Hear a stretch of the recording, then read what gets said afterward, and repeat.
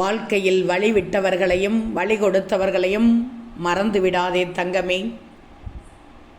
நேற்று வரை முக்கியமாக இருந்த நீ இன்று யாரோவாக பார்க்கப்படுகிறாய் என்று உணர்கிறாயா? அடுத்த நொடியே அமைதியாக அவர்களிடமிருந்து விலகிவிடு. அதுதான் உனக்கு நல்லது. உண்மையாக இரு குழந்தையே, உயிராக இருக்காதே. யார் எப்போது எப்படி மாறுவார்கள் என்று தெரியாது. நீ வாழும் உலகம் போலியானது. கவனமாக இரு. யாரையும் முழுவதும் சார்ந்து இருக்காதே. காலம் மாறும்போது கைவிடப்பட்டால் கலங்கி போய் விடுவாய். யாரையும் நம்பி வாழாதே. உன்னை நம்பி வாழ பழகு. யாரும் மாறவில்லை என்று நீ நினைக்காதே. யாரோ ஒருவரால் மாற்றப்பட்டு கொண்டுதான் இருக்கிறார்கள்.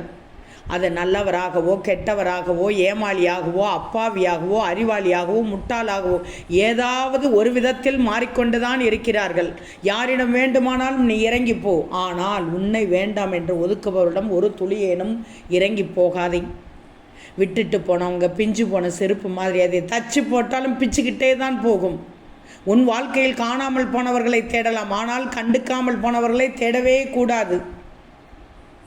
நடக்கும்போது செருப்புக்குள் சிக்கிய கல்லும் வாழ்க்கையில் விடாமல் துரத்தும் கவலையும் உறுத்தி கொண்டேதான் இருக்கும். நீ உதறித்தள்ளும் வரை மனதால் எவ்வளவு பலமானவர்களாகவும் அளவைக்கும். ஒரே